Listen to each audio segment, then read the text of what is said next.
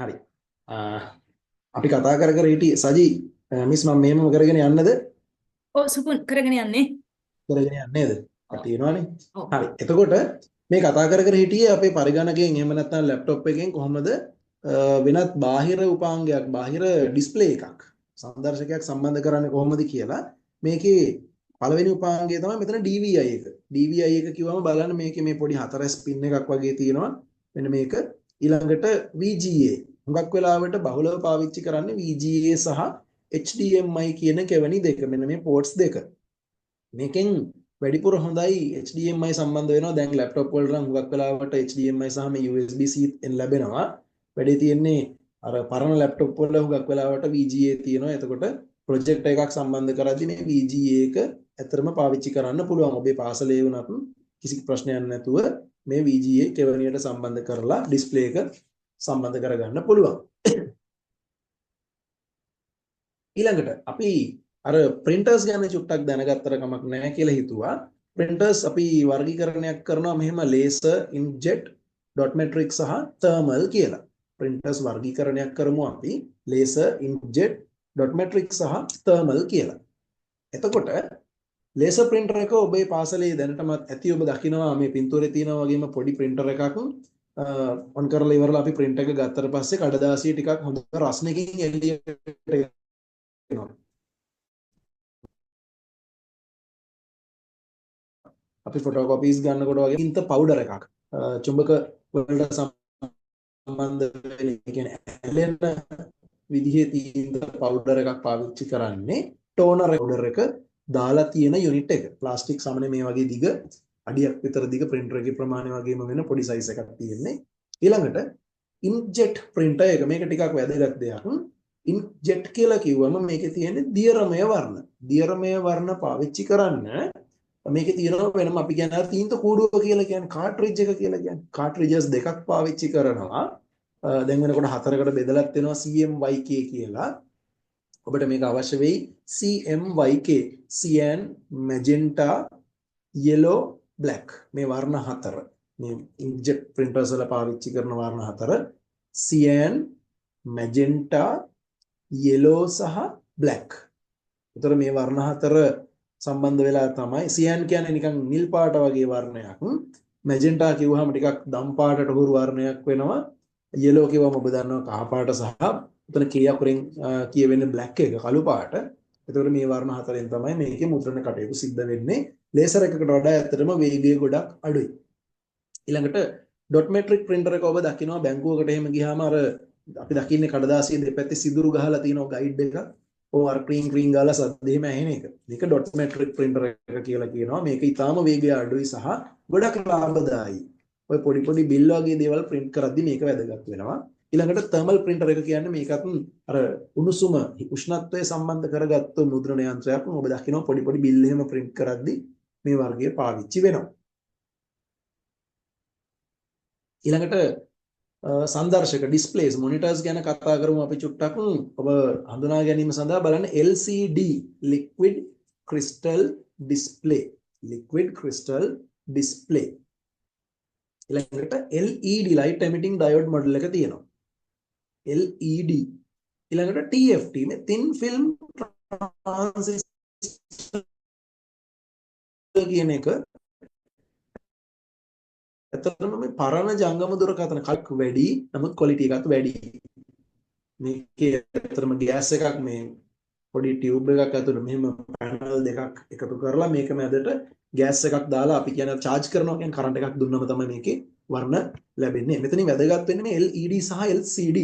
අපි දැන් මෙලදී ගන්න ලැප්ටොප් එකක් කම්පියුටර් එකක් TV එකක් වුණාම ඔකේ ගහලා තියෙනවා LED ද LCD ද කියලා. මීට අවුරුදු 5-6කට කලින් අතරම LCD කියන එක ගොඩක් භාවිත වුණා. දැන් වෙනකොට ඒක දියුණු වෙලා LED බවට පත් වෙලා තියෙනවා. මේකේ වර්ණ පරාසය සහ පැහැදිලිතාවය ඇත්තටම වැඩි.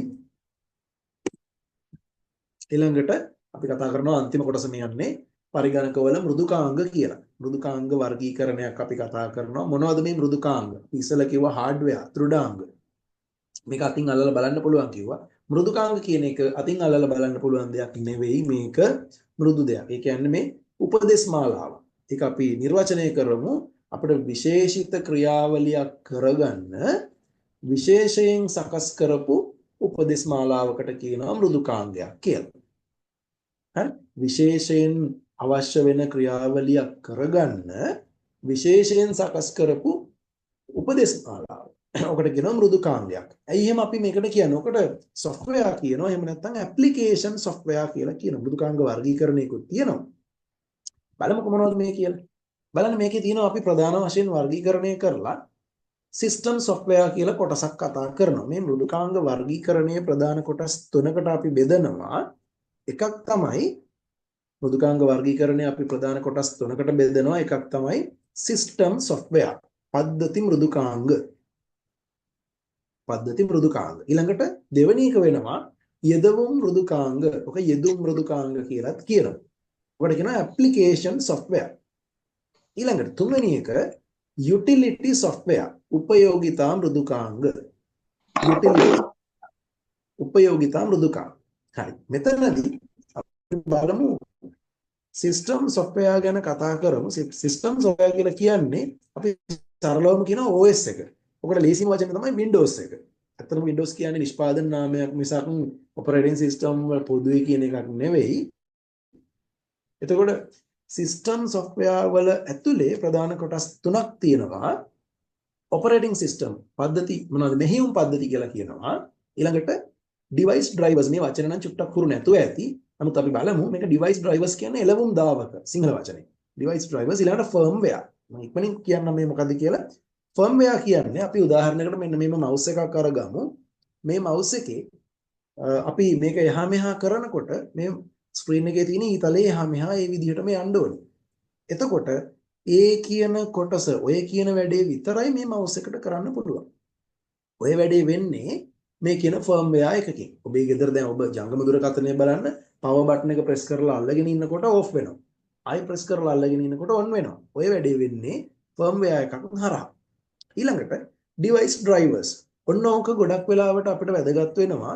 ඉස්කෝලේදී පරිගණකය පාවිච්චි කරද්දී ඔබ දන්නවා ඕනෑම අපි උපාංගයක් USB හරහා සම්බන්ධ කරාම සමහර වෙලාවට ඔක වැඩ කරන්නේ නැහැ. ෆෝන් එකක් වගේ දෙයක් වුණත් කතා කරලා කියනවා අනේ මේක සම්බන්ධ කරාට වැඩ කරන්නේ නැහැ. එහෙම නැත්නම් සද්දය ඇහෙන්නේ නැහැ. වීඩියෝ එක පෙන්වන්නේ නැහැ. ඔය වැඩේ වෙන්නේ device drivers මේ විශේෂිත මෘදුකාංග වර්ගයක් මේක අපි මේ කම්පියුටර් එකට දාලා නැති නිසා. එතකොට ඔබ මතක තියාගන්න ඕනේ දේ තමයි ලැබ් එකේදී වුණත් උපාංගයක් ඔබ පරිගණකයට සම්බන්ධ කරපු සැනින් මේක ක්‍රියාත්මක වෙන්නේ නැහැ. තත්පර 10ක් විතර ඉන්න ප්‍රැක්ටිස් එකක් විදිහට. ඊළඟට ඒ උපාංගය හරියට ක්‍රියාත්මක වෙන්නේ නැත්නම් අග්ගාලා බලන්නේ උපාංගයේ මොඩල් එක බ්‍රෑන්ඩ් එක මොකක්ද කියලා. බලලා Google එකට ගිහිල්ලා අදාළ බ්‍රෑන්ඩ් එකයි මොඩල් එකයි සර්ච් කරලා මොඩල් එකයි ටයිප් කරලා මේ විශේෂ වචනේ drivers කියන වචන සර්ච් කරා නම් ඔබට මේ උපාංගයට අදාළ මෘදුකාංගය සොයා ගන්න පුළුවන්. එතකොට මේ උපාංගය කිසි ගැටලුවක් නැතුව වැඩ කරනවා. ඊළඟට operating system වලට එමු. අර backbone of any computer මේ පරිගණක පද්ධතියේ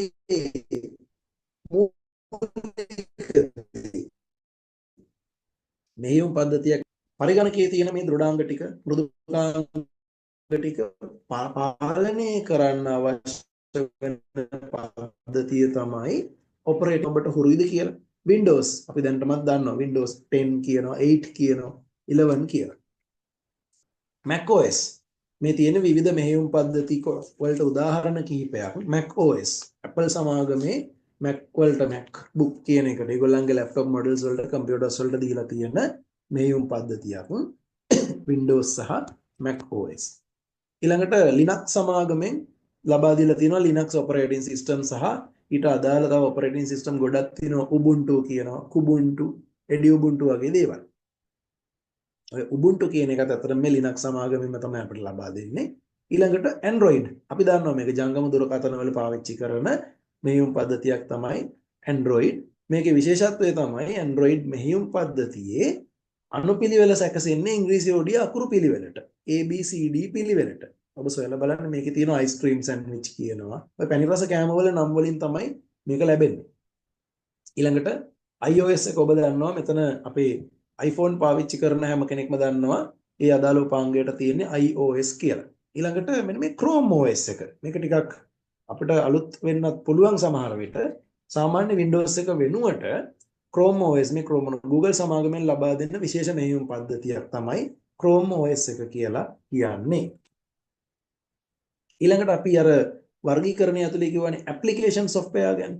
මේකෙදී application software කියන්නේ අපිට නිශ්චිත වැඩක් කරගන්න අවශ්‍ය වෙන මෘදුකාංගයක්. අපිට සින්දු අහන්න ඕන නම් අපි වීඩියෝස් බලන්න ඕන නම් media player එකක් පාවිච්චි කරනවා. media player එකෙන් ගණන් හදන්නේ නැහැ.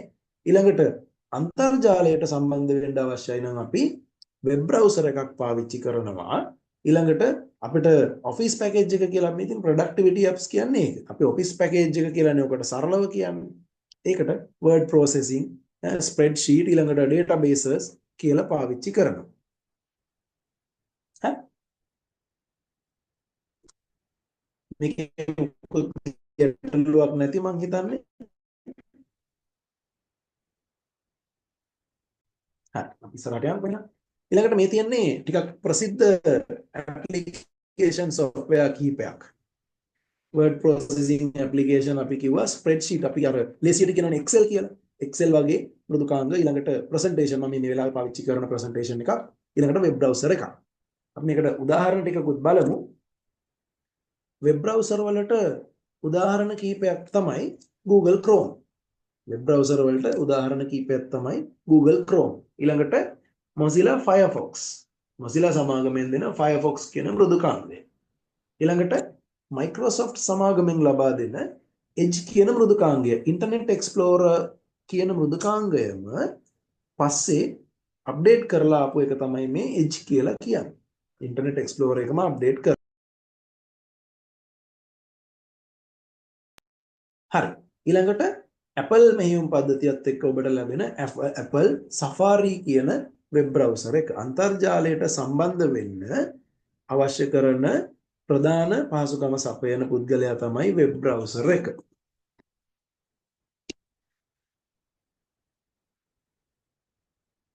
ඊළඟට අපි කියනවා අර තුන්වෙනි කොටස utility software, යෙදවුම් උපයෝගිතා මෘදුකාංග ගැන. සමාවෙන්න උපයෝගිතා මෘදුකාංග ගැන.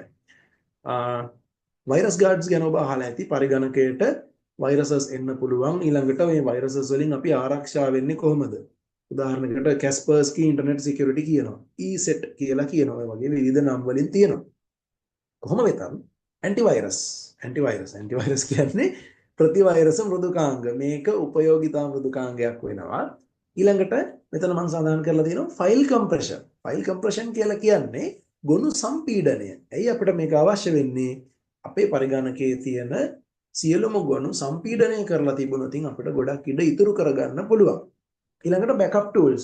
අපිට කරන්න අමතකම වෙන දේ. අපි data ටික හරියට backup කරලා තිබුණ නැත්නම් අපි උපස්ථ නැත්නම් නිකන් හරි අපේ hard disk එකට අකුණක් පසුබිම් සංගීතය ඇහෙනවා music කියලා. හරි. මෙතනින් අපේ ස්ලයිඩ්ස් ටික නම් අවසන් වෙනවා. ඊළඟට ඔබට ඇතිනේ කීපයක් කතා කරන්න මෙන්න මේ ප්‍රශ්න පත්‍රය ගැන අපි චුට්ටක් ඒකත් ෂෙයා කරගනිමු. මොකද වැඩ කරයි. ඔව් එතකොට මෙන්න මේ ප්‍රශ්න වලට ඔබට උත්තර වලට ගැටලු ඇතිනේ. මේක කීපයක් මටත් හොයාගන්න පුළුවන් වුණා. එතකොට මම අර විශේෂයෙන් ඉස්සෙල්ලා කිව්ව ප්‍රශ්නයක් මෙන්න මෙතන තියෙනවා. ඉතින් අධ්‍යාපනයේ සම මුහුර්ත ද්වි දිශානුගත. ඔක ගැන අහුවා කට්ටිය. මේකෙදී ඔබ මේ වචනේ බැලුවා නම් හරි සින්ක්‍රොනස් සම මුහුර්ත කියලා කියන්නේ සජීවීව අපි දෙගොල්ලෝ සම්බන්ධ වෙනවා කියන එක. ඒතර බයි ඩිරෙක්ෂනල් කිව්වම ඔබෙන් මටත් මගෙන් ඔබටත්. එතකොට ඒකට අදාළ පිළිතුර ඔබට සොයාගන්න මම හිතන්නේ අපහසු වෙන්නේ නැහැ. මේකේ තෝරාගත්තු ප්‍රශ්න ටිකකට මම කියන්නම් උත්තරේ බලන්නම්. ඊළඟට මිලෙන් අඩුම ප්‍රොජෙක්ටරය වන්නේ කියලා ප්‍රශ්නයක් අහලා තිබ්බා. මේකට උත්තරේ හොයාගන්න ලේසිම ක්‍රමය තමයි මෙතන බලන්න සජි මාව ඇහෙනවද? හරි සුපුන්. ඇහෙනවා. හොඳින් ඇහෙනවා. හා මේකෙදි මේකට උත්තරේ හොයාගන්න ලේසිම විදිහ තමයි මෙතන තියෙනවා රෙගියුලර් කියලා වචනයක්. ඊළඟට තියෙනවා ෂෝට් ත්‍රෝ, අල්ට්‍රා. මේ කියන්නේ විශේෂ ඔප්ෂන් දාපු. රෙගියුලර් කියන්නේ සාමාන්‍ය කියන එක. එතකොට සාමාන්‍යයෙන් අපි දැන් ওই කතාවට කියන්නේ දැන් මම කියන කොටත් කියනවා සාමාන්‍යයෙන් කියනවනේ. ඔන්න ඔය සාමාන්‍ය ප්‍රොජෙක්ටර් එක තමයි මාකට් එකේ බහුලව ගන්න තියෙන්නේ. එතකොට බහුලව ගන්න තියෙන දෙයට හුඟක් වෙලාවට මිල අඩු මිලක් තමයි වෙන්නේ. ඊළඟට මේ ෂෝට් ත්‍රෝ කියන්නේ දුර අඩු වෙනවා. ස්ක්‍රීන් එකේ ඉඳලා දුර අඩු වෙනවා. එහෙම ඒක ඔප්ෂන් එකක්. එතකොට ඒකේ මිල ටිකක් වැඩි වෙනවා. ඊළඟට අල්ට්‍රා ෂෝට් ත්‍රෝ කියලා කිව්වහම ගොඩාක් ස්ක්‍රීන් එකට ළඟින් සම්බන්ධ කරන එකක්. ඒකේ තවත් මිල වැඩි වෙනවා. එතකොට මේ ඔප්ෂන් එකතු වෙන්න මේකේ මිල තව ටිකක් වැඩි වෙනවා. ඔබට ප්‍රොජෙක්ට් වර්ග ලෙක්චර්ස් වලදී කතා කරලා තියෙනවා රෙගියුලර් ත්‍රෝ එකක් ගැන. මම හිතන්නේ ඔබ දැනුවත් ඇති ඒකේ ත්‍රෝවින් ලෙවල් එක ගැන කොච්චර ප්‍රමාණයක්ද කියලා. ඊළඟට අපිට ගානකුත් හදන්න ඇවිල්ලා තිබුණා අර අඟල් 150 සහ අඟල් 100 පින්තූරයක් දාන්න නම් මොන ප්‍රොජෙක්ට් එකද පාවිච්චි කරන්න කියලා. හරි. ඊළඟට මෙතන ප්‍රක්ෂේපණ තිරයේ කෝණය එක ඔබට පිළිතුර ලැබිලා ඇති අංශක 45. තිරයේ මැද ඉඳලා අංශක 45 දෙපැත්තට තමයි පැහැදිලිව බලන්න පුළුවන්. ඊට වඩා එළියෙන් ඉන්නවා නම් මේක චුට්ටක් පැහැදිලිතාවය අඩු වෙනවා කියලා. මේ බලන්න මෙතනදී මම අර ඉස්සෙල්ලා කිව්ව විදිහේ ප්‍රශ්නයක් තියෙනවා. මෙතන තියෙනවා ලැප්ටොප් පරිගණකයක් තෝරා ගැනීමේදී වැදගත් සාධකයක් නොවන්නේ මොකක්ද කියලා. නොවන්නේ අහන්නේ. එතකොට ලැප්ටොප් එකක් අපි ගන්නකොට පරිගණකයක් මිලදී ගන්නකොට ඒකේ RAM එක ප්‍රධාන මතකය ගැන බලන්න ඕනේ. ඊළඟට CPU එක මම ඔබට කිව්වා CPU එක බලනකොට අනිවාර්යෙන් ඒක වැදගත් වෙනවා. ස්පීඩ් එක වැඩි වෙන තරමට අපිට වැඩ කරගන්න ලේසි. ඊළඟට ඇත්තටම අපි ඒකේ මිල ගැන බලනවා. මොකද ප්‍රශ්නේ අහලා තිබුණේ මීඩියම් ස්කේල් මීඩියම් ලෙවල් එකේ ප්‍රයිස් රේන්ජ් එකේ තියෙන ලැප් එකක් කියලා. ඒතර මිලත් බලන්න ඕනේ. නමුත් ඩිජිටල් පෑන කියන එක අපිට මේකට පිළිතුරක් ගන්න පුළුවන් හේතුව හැම ලැප්ටොප් එකටම ඩිජිටල් පෑනක් නැහැ. ඒක ඔප්ෂන් එකක්. එතකොට ඩිජිටල් පෑන තියෙනවා නම් වැඩිය හොඳයි. නමුත් නැති වුණා කියලා ගැටලුවක් නැහැ. ඊළඟට මෙන්න මෙතන අපි කතා කරපු තව LMS software එකක් ගැන තියෙනවා. Moodle කියන වචනේ ඔබට මතක ඇති. ඒකේ අධ්‍යාපනයේ බහුලව භාවිතා වන්නේ කුමක් සඳහාද කියලා. එතකොට Moodle කියන්නේ මොකක්ද කියලා අපි දැනගත්තොත් අපිට උත්තරය දෙන්න ලේසියි. Learning Management System ඉගෙනුම් කළමනාකරන පද්ධතියක්. එතකොට මේකෙදී මාර්ගගත පාඨමාලා කළමනාකරණයට තමයි වැදගත් වෙන්නේ. එතකොට මේකට තව මම මේ පිළිතුරු වලට අදාළ තව වචන ටිකක් ඔබට දෙන්නම්. සමාජ මාධ්‍ය පෝස්ට් නිර්මාණය කරන්න. ඒ කියන්නේ TikTok වලට, Facebook එකට, ඊට පස්සේ අපේ Instagram එකට, ඊළඟට Twitter එකට. මෙන්න මේ ඔය කියන සමාජ මාධ්‍ය සඳහා පෝස්ට් නිර්මාණය කර ඔබට පාවිච්චි කරන්න පුළුවන් Canva කියන මෘදුකාංගය. Canva ඔබට Google account එකක් තියෙනවා නම් ඒකෙන් Canva එකට රෙජිස්ටර් වෙන්න පුළුවන්. ඒකෙන් ඊට පස්සේ ඔබට අවශ්‍ය කරන විදිහ ලස්සන පෝස්ට් නිර්මාණය කරන්න පුළුවන්. ඊළඟට වීඩියෝ සම්මන්ත්‍රණ පවත්වන්න සහ පර්යේෂණ පත්‍රිකා සංස්කරණය කරන්න පබ්ලිෂ් කරන්න. මෙන්න මේ පර්යේෂණ පත්‍රිකා මෙතන ශාස්ත්‍රීය කියන වචනේ මම පොඩ්ඩක් අතාරින්නම්. පර්යේෂණ පත්‍රිකා. මේ පත්‍රිකා සංස්කරණයයි ප්‍රකාශ කරන්නයි ඔබට page maker publisher වගේ මෘදුකාංගයක් පාවිච්චි කරන්න පුළුවන්. ඊළඟට මේ වීඩියෝ සම්මන්ත්‍රණ පවත්වන්න නම් ඔබ දන්නවා Zoom දැන් අපි මේ කරනවා. ඊළඟට Teams වගේ මෘදුකාංගයක් කරහා Google Meet වලින් අපිට මේ වැඩේ කරන්න පුළුවන්. මෙන්න බලන්න කෘත්‍රිම බුද්ධිය ගැන අහලා තිනවා. අධ්‍යාපනයේදී ඵලදායීදව පාවිච්චි කරන්නේ කොහොමද? ඔබ දැන් අපි මෙච්චර වෙලා කතා කරපු ස්ලයිඩ්ස් ටික දකින්න ඇති. ඇත්තට මේ ස්ලයිඩ්ස් ටික 100%ක්ම මා විසින් නිර්මාණය කරන ලද්දක් නොවේ. ප්‍රොජෙක්ටර් ගාන හදන විදිය. හරි මිසේක විස්තර ඇතුව එවන්නම් කොහොමද ගාන අර දුරත් එක්ක දුර කොහොමද බෙදන්නේ ස්ක්‍රීන් සයිස් එකත් එක්ක බෙදන්නේ කියලා. ඒ ගාන අපි ලියලා හරි ටයිප් කරලා හරි ගෲප් එකට දාන්නම්. මොකද මෙතනදි චුට්ටක් කාලය ගත වෙයි ඒකට. ෆ්ලිප් එක ගැනත් කියලා දෙන්න. ඔව් පුළුවන් විදිහට කියලා දෙමු. මෙතනදී මම මෙතනට එන්නම් ආපහු. මිස් කමක් නැහැ නේද? ගාන හදන හැටි මනතුංග මම හිතන්නේ සර් කෙනෙක්ද මන්ද. කමක් නැහැ නේද? ඒක එහෙමම ගෲප් එකට එව්වට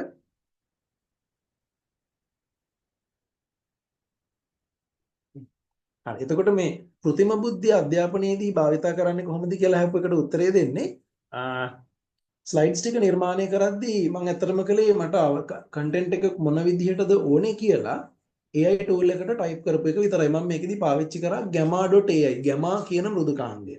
AI tool එක. ඒකෙදි මම යාට කිව්වා මට input output storage devices වල පින්තූර ටිකක් දාලා කන්ටෙන්ට් එකක් ලියලා දෙන්න කියලා. මට අවශ්‍ය ස්ලයිඩ්ස් ගාන කියලා. එතකොට මට තප්පර කීපයක ඇතුළත මෙයා මේක ලියලා දුන්නා. එතකොට අර බලන්න ලස්සනට අර කියන්නේ වැඩි ලස්සනට සහ ඉක්මනින් කරගන්න පුළුවන්. පුද්ගලාරෝපිත ඉගෙනුම් අත්දැකීම් අනුවර්තන ඔය සියලු දේවල් ලබා ගන්න පුළුවන්. ඊළඟට ඩිජිටල් අධ්‍යාපනික සම්පත් ගැන ප්‍රශ්නයක් අහලා තියෙනවා. ප්‍රශ්න ගොඩක් එනවා. හරි. thank you. ඩිජිටල් අධ්‍යාපනික සම්පත් ගැන. මෙතන හිතන්නකො මෙහෙම ස්කෑන් කරලා ඩිජිටල් ආකෘතියකට පරිවර්තනය කරද්දී භෞතික පෙළපොත් සහ වැඩපොත්. ඊළඟට අධ්‍යාපනික අරමුණු සඳහා විශේෂයෙන් නිර්මාණය කර ඇති ඩිජිටල් මෙවලම් සහ සම්පත්. මෙන්න මේ දෙක කියවලා බැලුවම අපිට පෙනෙයි අංකිත වශයෙන් පරිගණක පද්ධති සහ ජංගම දුරකථන ආශ්‍රිතව පාවිච්චි කරන්න පුළුවන් පාවිච්චි කරන්න පුළුවන් ඕනෑම සම්පතක්. වීඩියෝ එකක් වෙන්න පුළුවන්, ඔඩියෝ එකක් වෙන්න පුළුවන්, අකුරු මේ ડોකියුමන්ට් එකක් වෙන්න පුළුවන්. මේ සියලු දේවල් ඩිජිටල් සම්පත්. ඔව් විද්‍යුත් තැපෑල කියන්නේ යටිතල පහසුකමක්ද? ඔව් මිස් අපි ඒක කිව්වා. විද්‍යුත් තැපෑල කියන්නේ මෘදුකාංගයක් නෙමෙයි යටිතල පහසුකමක්. මේකෙන් තමයි අපි ඊමේල් සියලු දේවල් පාවිච්චි කරන්නේ කියලා. ඊළඟට බලන්න අපේ තව ප්‍රශ්නයක් තියෙනවා වලාකුළු ගබඩා. මේ ටික අපි කතා කළා. ඩිජිටල් අධ්‍යාපනික සම්පත් වලට පිළිතුර මම බලපු විදිහට නම් මට ලැබෙන්නේ මෙන්න මේක ඩිජිටල් මෙවලම් සහ සම්පත් කියන එක. ඊළඟට මේ ක්ලවුඩ් ස්ටෝරේජ් වලට අයත් නොවන මෘදුකාංගය. දැන් නොවන කියලා කිව්ව ගමන් එකපාරට මෙතන අපි අහලා නැති වචනයක් තියෙනවා. ඔබ දැන් දන්න උත්තරේ. OneDrive එක ක්ලවුඩ් එකක්. මෙතන Turnitin කියන එක අනිවාර්යයෙන්ම අපිට අයින් කරන්න පුළුවන්. Dropbox එකයි Google Drive එකයි ස්ටෝරේජ් එකට අයිති වෙන නිසා. ඊළඟට එක මිස් කෙනෙක් අහලා තිබ්බ මම හිතන්නේ ෆ්ලිප් ක්ලාස්රූම් එක ටිකක් විස්තරාත්මකව කතා කරන්න ඕනේ මාතෘකාවක්. ඔව් අපි ඒක ගැන කතා කරලා තියෙනවා ලෙක්චර්ස් වලදී. සුපුන් සර් ඒක අර අපි ඔන්නම් දාන්න කියමු අපි සර්ට අසයින්මන්ට් එකක් කළානේ මුල්ම කාලේ නේද? ඔව් ඒක තමයි. ඒ මොකද ෆ්ලිප් ක්ලාස්රූම් එක ඇත්තටම විස්තර කරන්න ගියොත් මම හිතන්නේ අපිට තව සෙෂන් එකක් ගන්න වෙයි නේද?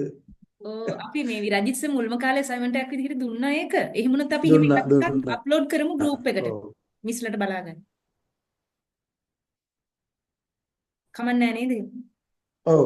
කාලේ පිළිබඳ ප්‍රශ්නේ. ඒකට මේ මෙතන පිළිතුර විදියට අපි බලමු මෙතනදී පූර්ව පටිගත කරපු දේශන නරඹනවා පන්ති. ඔව් අන්න ඒකයි. අපි මේකට මෙන්න මේ පළවෙනි උත්තරේ මාක් කරගනිමු. ගොඩක්ම ළඟින් යන උත්තරේ ඒක නිසා. ඊළඟට මෙතන තියෙන ප්‍රශ්න වලින් චුට්ටක් සොයාගත්ත දේවල් මේ තියෙන අර කිව්ව ප්‍රශ්නය තියෙන Zoom වලින් එක රැස්වීමකට නොමිලේ ලබා දෙන කාලය. අපි කිව්වා මිනිත්තු 40යි. ඊළඟට සාම්ප්‍රදායික ඉගෙනුම නූතන ඉගෙනුම දක්වා පරිවර්තනය වීමේදී මෙන්න මේ කරුණු මතක තබා ගැනීමේ ඉඳලා මේ ඩිජිටලයිස් වෙනකන් මොනවද ස්වයංක්‍රීයකරණය දක්වාත් පරිවර්තනය වෙනවනේ. ස්වයංක්‍රීයකරණය දක්වාත් පරිවර්තනය වෙනවා. ඊළඟට මෙතන බලන්නකො මේ මූදු පතුල ගවේෂණය සෞරග්‍රහ මණ්ඩලය ගවේෂණය වගේ මේ යන්න බැරි තැන් වලට යන්න අපිට virtual classroom එකක් පාවිච්චි කරන්න පුළුවන්. අතත්ත්‍ය පන්ති කාමරයක් සිංහල වචනේ. අතත්ත්‍ය පන්ති කාමර පාවිච්චි කරන්න පුළුවන්. හරි. ඊළඟට මෙන්න මේවට මම හිතන්නේ ඔබට පිළිතුරු දෙන්න පුළුවන් වෙනවා. Google Classroom මෙතනදී එක ප්‍රශ්නයක් මට මතුණා මෙන්න මේක. Google Classroom වලට සිසුන් ඇතුළත් කරගන්න පුළුවන් enrollment ක්‍රම. ඔබට මතක ඇති Google Classroom එක open කරාම ඒකේ class code එකක් තියෙනවා. ඒ class code එක ඔබට පුළුවන් සිසුන්ට යවලා ඒ හරහා ඇතුළත් වෙන්න කියන්න. ඒ එක ක්‍රමයක්. ඊළඟට ඔබට පුළුවන් සිසුන්ගේ email address එක තියෙනවා නම් ඒ email address එකනොත් classroom එකට enroll කරන්න පුළුවන්. මම මේ තෝරාගත්ත ප්‍රශ්න ටික කියන්නේ මේ දේවල් නම් අපේ ටියුට් එකේ කෙලින්ම දීලා තියෙනවා මේ ප්‍රක්ෂේපණ තිරවල අඟල් ගාන අඟල් 150 අඟල් 180 කොහොම කියලා අපිට ලොකු ලිස්ට් එකක් දීලා තිබ්බා. ඔව් මෙතන 100 120 135 වගේ ප්‍රමාණයන් තියෙනවා. ඊළඟට මම අර ඉස්සෙල්ලා කිව්වා Teams යෙදුමට වඩා Zoom යෙදුම භාවිතයෙන් ගුරුවරයාට තියෙන වාසි. මේකේ නම් වාසිය තියෙන ඇත්තටම අර white board එක පාවිච්චි කරන්න පුළුවන් එකයි. ඊළඟට බහුලව මේක යොදා ගන්නවා. Teams වලට වඩා මේ Zoom එක පාවිච්චි කරනවා. ඊළඟට මේක ඔබට ලියලා පෙන්නන්න පුළුවන් කියලා කිව්වනට. මෙතන එක ප්‍රශ්නයක් තිබුණා මෙතන බලන්න ඉගෙනුම් කළමනාකරන පද්ධතිය ප්‍රායෝගිකව පන්ති කාමරයේ පාවිච්චි කරන්නේ කොහොමද? අපේ ඉස්කෝලේ පන්ති කාමරය ඇතුලේ මේකට යෝජනා මොනවද කියලා අහන්නේ. එතකොට මේකෙදී ඉගෙනුම් කළමනාකරන පද්ධතිය අපි මොඩල් එක ගැන කතා කළොත් ඔව් LMS එකක් ගැන කතා කරන්නේ. මොඩල් එක කතා කරොත් මේක පන්ති කාමරයේදී පාවිච්චි කරන්න නම් අපිට සියලුම සිසුන්ට වෙන වෙනම පරිගණක තියෙන්න ඕනේ. ඊළඟට අපි කලින් සැකසුම් කරපු නිර්මාණය කරපු අපි ටියුටෝරියල්ස් ඒ කියන්නේ පාඩම් මාලාවක් මේකට ඇතුළත් කරලා තියෙන්න ඕනේ. එහෙම වුණොතින් තමයි අපිට මේක සාර්ථකව පාවිච්චි කරන්න පුළුවන්. ඊළඟට ඉගෙනුම් ඉගැන්වීම් ක්‍රියාවලියට කෘත්‍රිම බුද්ධිය පාවිච්චි කිරීමේ වාසි. හතරක් නෙමෙයි අතරම අපි ගොඩක් කතා කරා. මේ ප්‍රසන්ටේෂන් නිර්මාණය කරන්න, පින්තූර නිර්මාණයට ඊළඟට අපි කියන්නේ ලෙසන් ප්ලෑන් නිර්මාණය කරගන්නත් පුළුවන්. ලස්සන ලස්සන ඇක්ටිවිටීස් ක්‍රියාකාරකම් නිර්මාණය කරගන්න වගේ දේවල් වලට පාවිච්චි කරන්න පුළුවන්. ICT වලින් සවිබල ගැන්වෙච්ච පරිසරයක් අවශ්‍ය වෙන්නේ ඇයි? ඉගෙනුම් පරිසරයක් අවශ්‍ය වෙන්නේ ඇයි? මේකට ඔබට උත්තරයක් ඇති. අනිවාර්යෙන් දැන් වෙනකොට සියලුම දේවල් අර අපි කියන්නේ කළු ලෑල්ලෙන් පරිගණකයටත් පරිගණකයෙන් අන්තර්ජාලය සහිත පරිගණකයටත් තමයි අධ්‍යාපනය දියුණු වෙලා තියෙන්නේ. එතකොට දැන් වෙනකොට ළමයින්ට ටැබ් එකක් හරහා තමයි ඉගෙන ගන්න තියෙන්නේ බහුලව පොත් නැහැ. එතකොට ඕකේ සුපුන් ගැටලුවක්ද? හරි. ප්‍රශ්න ගොඩක් ඇවිල්ලා තියෙනවා. එතකොට දැන් වෙනකොට තොරතුරු තාක්ෂණය tools පාවිච්චි කරන නිසා අනිවාර්යෙන් මේ අන්තමන ඒ ICT වලින් සවිබල ගැන්වෙච්ච පරිසරයක් තමයි අවශ්‍ය වෙන්නේ. ඔව් හරි මිස්ලා අහලා තියෙනවා කීප දෙනෙකින් හතරට ආන්සර් මේ පේපර් එකක් අපි මාක් කරලා දාන්නම් PDF එක. එතකොට ඔබට ලේසි වෙයි වැඩේ. නැත්නම් එකින් එක කියන්න ගියොත් චුට්ටක් කාලය අඩු වෙන නිසා.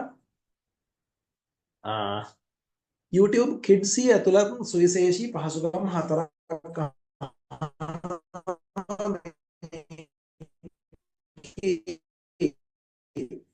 ඔබ දන්නවා එකක් කරද්දි ඇහුවා. එතකොට අපිට තෝරාගත්තු වයස් කාණ්ඩයකට තෝරාගත්ත වීඩියෝ කිඩ්ස් එකේ තියෙනවා. ඊළඟට අපිට තෝරාගත් වීඩියෝස් ඒ කියන්නේ ඉගෙනුම් සම්බන්ධ දේවල් අවශ්‍ය මාතෘකා තේරීම් වගේ දේවල් මේකෙදි කරන්න පුළුවන්. ඊළඟට බලන්න personalized learning පුද්ගලාරෝපිත ඉගෙනීම වැඩි දියුණු කිරීමට ICT භාවිතා කරන්නේ කොහොමද? සරලවම අපි LMS එකක තියෙන මූලිකාංග ටිකක් ගනිමු. එතකොට ඔය LMS එකකින් කරන මූලික දේවල් ටික තමයි ඇත්තටම මේ personalized learning කියලා කියන්නේ. Tamanට කැමති විදිහට ඉගෙන ගන්න LMS එකක හැකියාව තියෙනවා. මෙන්න අර මං ඉස්සෙල්ලා කිව්ව ප්‍රශ්නේ මෙතන මධ්‍යම පරාසයේ මේ mid range එකේ laptop එකක් තෝරගද්දි බලන්න ඕනේ දේවල්. එතකොට ඒකෙදි අපි අර ඉස්සෙල්ලා කිව්ව RAM එක, hard disk එක, ඊළඟට screen එක මොන වගේද, size එක ගැන මූලිකව කලකලා බලන්න ඕනේ. ඊළඟට මේ අර මම ඉස්සෙල්ලා කිව්ව ගාන මෙතන බලන්න මේ 468 නීතිය කියලා එකක් තියෙනවා. අලුත් ස්මාර්ට් ක්ලාස්රූම් එකක් හදනකොට ප්‍රොජෙක්ටර් එකක් පාවිච්චි කරලා සහ ප්‍රොජෙක්ටර් ස්ක්‍රීන් එකක් පාවිච්චි කරද්දී 468 නීතිය පාවිච්චි කරන්නේ කොහොමද කියලා. මෙතනදී මේ 468 කියන්නේ අපි ස්ක්‍රීන් එක බිම් මට්ටමේ ඉඳලා උඩට උස්සන්න ඕනේ ප්‍රමාණය. එතනදී 4 කියන එක ඔක ගණනය කිරීම කරන්නේ ස්ක්‍රීන් එකේ ඉඳලා ඔතන ඔඩියන්ස් එකේ මේක බලන කට්ටියගේ පිටිපස්සෙම කෙනාට තියෙන දුර බලා ගන්නවා මුලින්ම. බලලා මේක අපි මේකෙන් 4න් පංගුවක් උසට තමයි ස්ක්‍රීන් එක සම්බන්ධ කරන්න ඕනේ. එතකොට මේ අංක 4න් පෙන්වන උස මට්ටම වඩාත්ම ගැලපෙන්නේ ඔය අකුරු ගොඩක් පොඩියට සහ මෙඩිකල් දැන් කියන්නේ වෛද්‍ය විද්‍යාත්මක රූප ඔය වගේ දේවල් පෙන්වනවා නම් ගොඩාක් හොඳයි. මෙන්න මේ 4 ක්‍රමයේ හේතුව ගොඩක් ළමයි අඩු තැනකට මේක පාවිච්චි වෙන්නේ සහ වැඩිපුර ඩීටේලින් තියෙන එකක්. ඊළඟට අංක 6 ක්‍රමේ පාවිච්චි කරනවා සාමාන්‍ය ක්ලාස්රූම් එකක් ඇතුලේ. එතකොට මේකේ ඉන්න පිරිස 4 ක්‍රමයට වඩා චුට්ටක් වැඩි සහ මේකේ ස්ක්‍රීන් එක තව ටිකක් උඩ තියෙන්නට මේක පාවිච්චි කරන්න පුළුවන්. ඊළඟට අංක 8න් පෙන්නන්නේ සාමාන්‍ය මූවි එකක් බලන අපි ෆිල්ම් හෝල් එකක මූවි එකක් බලන මට්ටමටම ස්ක්‍රීන් එක ගොඩක් උස වෙනවා සහ මේක ගොඩාක් කට්ටියට එකවර නරඹන්න පුළුවන්. හ්ම්. හරි. වැඩසටහන අපි අන්තිමට ඇවිල්ලා ඉන්නේ. සජිතා මිස් දැන් ඔන්න වැඩේ ඉවරයි. අනේ සුගුණස ගොඩක් ස්තුතියි. සර් අපි චුට්ටක් අර මේ ෆ්ලිප් මේ ක්ලාස් රූම් ගැන අහපු මිස්ට දැන් අර ගණන් ටික නම් සර් දානවා කිව්වනේ. සරලවම ඔව් ඒක අදහසක් දානවා. ගන්න කිව්වොත් අපි මේ කෝස් එක කරන්නේ ෆ්ලිප් ක්ලාස් රූම් තමයි. හරියට හරි. සජිතා නේද? මිස් චුට්ටක් වීඩියෝ එක ඔන් කරලා මොක විස්තර කරන්න පුළුවන් අනේ වෙයිද? නෑ නෑ. මම සබ්ජෙක්ට් එක දන්නේ නෑ. මමත් සර්ගෙන් ඉගෙන ගන්න ආවේ සුපුන්. නෑ නෑ ඇත්තටම ෆ්ලිප් ක්ලාස් රූම් එක කියන හරි මම චුට්ටක් එක ඔව් ගැන කියන්නම් නේද? මෙහෙමයි. අපි කරන්නේත් ඒකනේ දැන් මේ. හරි හරියට හරි අපි කෝස් වෙබ් එකේ කරන්නේත් එහෙම වැඩක්. මේකේ තියෙනවා දැන් ටීචර් කලින් වීඩියෝ එක රෙකෝඩ් කරලා අපි LMS එකකට දානවා මොනාරි මාර්ගගත පද්ධතියකට යොමු කරනවා. එතකොට අපිට අවශ්‍ය වෙලාවෙදී අපි ඒක බලලා ඒකෙන් අදහසක් අරගන්නවා. ඊළඟට අපි ඇත්තටම පන්ති කාමරයට ගිහිල්ලා නැවත අර ලෙක්චර් එකට සවන් දෙන්නවත් ඔය දේවල් නෙමෙයි කරන්නේ. අර වීඩියෝ එකේ කියලා තිබුණ පැවරුම් ටික පාඩම් කොටස් ටික සරලව අපි කියන්නේ ප්‍රායෝගිකව යොදා ගන්නවා. එතනදී කාර්යක්ෂමතාවය වැඩි කරගන්න ලේසි. හේතුව කාර්යක්ෂමතාවය වැඩි කරගන්න ලේසි කියන්නේ අර ලෙක්චර් එකට අපි ඉස්කෝලේට ගිහලා අහගෙන ඉන්නවට වඩා ගොඩක් වැඩ කරන්න පුළුවන්. උදාහරණයකට දැන් අපිට දැන් විරාජිත් සර් උනාත් අපිට කියනවා මෙන්න මේ විදිහේ කණ්ඩායම් ක්‍රම පාවිච්චි කරලා අපි මේ විදිහයි කරන්න කියලා. එතකොට ඒකේ අදහස අපි කලින් අරගෙන ගියාම උතන්දි වාසිය තව එකක් තමයි ළමයා පන්තියට එන්නේ කලින් පාඩමේ කොටස් ටික දැනගෙන. එහෙම දැනගෙන ආවම එකක් ගුරුවරයාට පහසු වෙනවා පාඩම විස්තර කරන්න අනිත් එක පාඩමේ තියෙන ක්‍රියාකාරකම් ටික හරි පහසුවෙන් කරන්න. කලින් කියලා තියෙන නිසා. හරි. තව ප්‍රශ්න ටිකක් අහලා තිබ්බා. තව විනාඩි 6ක් විතර තියෙනව නේද සජිතා මේ ඔව් විනාඩි 7ක් විතර තියෙනවා. දැන් ප්‍රශ්න ටික හොයන්න බැරි වෙයි. මොකද ඔයාලට තෑන් කරලා තියෙන අනේ විදියට. ඔව් ඒක තමයි මම ප්‍රශ්න බැලුවේ දැනට උත්තර දෙන්න පුළුවන් නේ. මොකද්ද පස්වෙනි ප්‍රශ්නේ කවුද මේ අහලා තිබුණා මෙන්න මේක සම මුහූර්ත ද්විදිශානුගත මේක අපි කිව්වා නේද උත්තරේ සම මුහූර්ත කිව්වහම ඉතින් ගුරුවරුන් සහ සිසුන් අතර තත්කාලීන සහ එකවර තොරතුරු හුවමාරු කර ගැනීමට ඉඩ සලසන ක්‍රමවේදයක් මේක අපි උත්තරේ කිව්වා මිස් ඒකට උත්තරේ වුණ දෙවෙනි එක අංක 2 මේකේ තව පේපර් එකක ඒකම අනිත් පැත්තට අහලා තිබ්බ මම දැක්කා asynchronous mode එකෙන් අහලා තිබුණා පේපර් එක ඇති ඒකේ එතකොට ඒකට පිළිතුර වෙන්නේ සජීවීව සම්බන්ධ නොවන කියලා. ඔබට තාමත් මේක පේනවා ඇති මම මෙන්න මෙහෙම එකක් පෙන්නන්නම් බලන්න YouTube භාවිතයෙන් නොමිලේ උඩුගත කරන වීඩියෝ බෙදා හරින්න පුළුවන්. ඊළඟට මේක අතරතුර මෙන්න මේ හිස්තැනක් ප්‍රදර්ශනය කිරීම අවාසියක්. මේක ඔබ දන්නවා අර වීඩියෝ එක බල බල ඉන්නකොට ඇඩ් එකක් එහෙම ප්ලේ වෙනවා මේක අවාසියක්. ඩිස්ට්‍රැක්ට් වෙන්න පුළුවන්. මේක ඇත්තටම ගැටලුවක් නමුත් ඒකට ඉතින් ඒගොල්ලෝ කරලා තියෙන්නේ මුදල් ගෙවලා අපිට YouTube අර මොනවාද ප්ලැටිනම් එක ගන්න කියලා තියෙනවා. එතකොට ඉතින් අපි මුදලක් ගෙවලා තමයි මේක ගන්න ඕනේ. ඊළඟට ඔබට ලැබෙන්න ඇති ඉගෙනුම් කළමනාකරණ පද්ධතියට සම්බන්ධ වෙන්න ඩෙස්ක්ටොප් යෙදුමයි ජංගම යෙදුමයි. අපේ ඩෙස්ක්ටොප් යෙදුම කියන්නේ කම්පියුටර් එකේ පාවිච්චි කරන එක, ඉන්ස්ටෝල් කරලා පාවිච්චි කරන එකක්. ජංගම යෙදුම සහ මේකට වෙබ් යෙදුමක් ඇත්තටම තියෙනවා. වෙබ් අපි ඔය කෝස් වෙබ් එකේ කරන්නේ වෙබ් යෙදුමක්. මම හිතන්නේ ඒක තමයි පිළිතුර විය යුත්තේ. 13ටත් පිළිතුරක් දැන් ඔබට ගන්න පුළුවන්. මෙතන සේවා ගාස්තුවට අමතරව විද්‍යුත් තැපෑලක් යැවීම සඳහා අමතර වියදමක් නොමැත කියලා. ඔතනදී අන්තර්ජාල ගාස්තුව සඳහා පමණයි අන්තර්ජාල කියන්නේ ඩේටා කාඩ් එක කියන්නේ ඉන්ටර්නෙට් බිල් එක විතරයි ඇත්තටම ගෙවන්න ඕනේ. ඊමේල් වලට මුදලක් ගෙවන්න අවශ්‍ය වෙන්නේ නැහැ. ඊමේල් කියන එක අපි ඉන්ෆ්‍රාස්ට්‍රක්චර් එකක් නිසා ඒකට මුදලක් ගෙවන්න අවශ්‍ය නැහැ.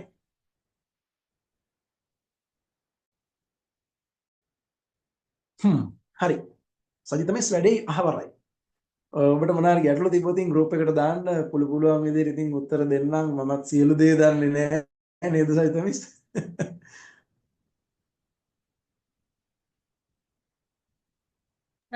සජි ඔව් මේ සුපුන් අපිට ඕන විනාඩි 3-4ක් නම් තියෙනවා ඒ කතා කරන්න අපිට කාලෙම අදි වෙයි මිස්ලට තියෙන ඒවා දාන්න කියමු group එකටනේ.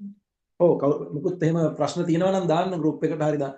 Microsoft ඉගෙනුම් කළමනාකරන පහසුකම අපිට Teams තමයි මට නම් උත්තරය ආවේ. මම ඒක ආයෙ check කරලා බලලා මිස්ටර් එවන්නම්. මේකේ මට මතක විදිහට අපි බලපු විදිහට මට Microsoft Teams එක තමයි ආවේ මේක ඉගෙනුම් කළමනාකරන කිව්වට නැවත ආයෙ check කරලා උත්තරයක් එවන්නම්. මම අර කිව්වේ අනේ ඉතින් මමත් සියලු දේ දන්න කෙනෙක් නෙමෙයි. ඒ නිසා ඉතින් පුළුවන් විදිහට තමයි කියලා දුන්නේ. ඇත්තටම හැමදෙනාම වෙනුවෙන් සුපුන් මමත් වගේ ඉගෙන ගන්න ආවේ මේ ටික ආයි මතක් කරගන්න. ගොඩාක් ස්තුතියි. දැන් හැමදෙනාටම කතා කරන්න ගියොත් මේ වෙලා මදි වෙනවනේ. ඉතින් සියලු දෙනා මදි වෙනවනේ. ඔයාට ස්තුති කරනවා. thank you very much. පැය දෙකකට ලං වෙන්න කාලය අපි වෙනුවෙන් වැය කළාට මේ වෙලාවේ විශේෂයෙන් පාඩම් කරන්න තියෙන වෙලාවේ. ඔව් හැමෝම පාඩම් කරමු එහෙනම් හැමෝම පාඩම් කරන්න ගොඩාක් නේද? ස්තුතියි. ගොඩක්ම ස්තුතියි. හරි. එහෙනම් අපි වැඩි ආවර කරමු නේද? හරි නේද? හරි. මම රෙකෝඩින්ග්ස් හෙට දාන්න. අදම ඔව් රෙකෝඩින්ග්ස් ටික අපි group convert එකට කරමු. දාමු බලන්න බැරි වෙච්ච කට්ටියට සහ papers වල උත්තර ටිකක් මාක් කරලා බොහෝ දුරට හෙට හවස වෙදී දාන්න පුළුවන් වෙයි. තව සබ්ජෙක්ට් තියෙනවා පාඩම් කරන්න ඒවත් කරන ගමන් දාන්නේ. Supun thank you very much. හරි. good night එහෙනම් සියලු දෙනාට සුබ රාත්‍රියක්. විරාජිත් සර්ව සහ අපේ ලක්මාල් සර්වත් මතක් කරන්න ඕනේ. ඔව් මොකද විශේෂයෙන්ම ඒගොල්ලොන්ගේ නේද සජි ඒගොල්ලොන්ගේ නෑ මේ ඇත්තටම දේවල් අපි නිසා කතා තමයි වුණෙත් අපි ඒකයි. මේක කරන්නේ. ඔව්. ඒ මොකද ලක්මාල් සර්ගේ ටියුට් එක නිසා අත්‍තරම මමත් මේක දන්නේ නැති දේවල් ඉගෙන ගත්තා. ඊළඟට අර හැමදාම කියනවා වගේ විරාජිත් සර් නැත්නම් ඉතින් අපි මේව කරන්නේ නෑ ඇත්තටම සෙලා දෙන්න හින්දා ඇස් ඇරිලා තියෙන්නේ නේ. ආ අවංකවම ඇස් ඇරිලා තියෙන්නේ අපේ. ඒක ඇත්ත ඒක. ඔව් වැහිලා තිබුණේ ඇස්. හරි මචෝ එහෙනම්. හරි. සියලු දෙනාට සුබ රාත්‍රියක් කියමු එහෙනම්. good night සජි. Thank you. Good night. හරි. good night සුබන්. good night. good night හැමෝටම. thank you. Night.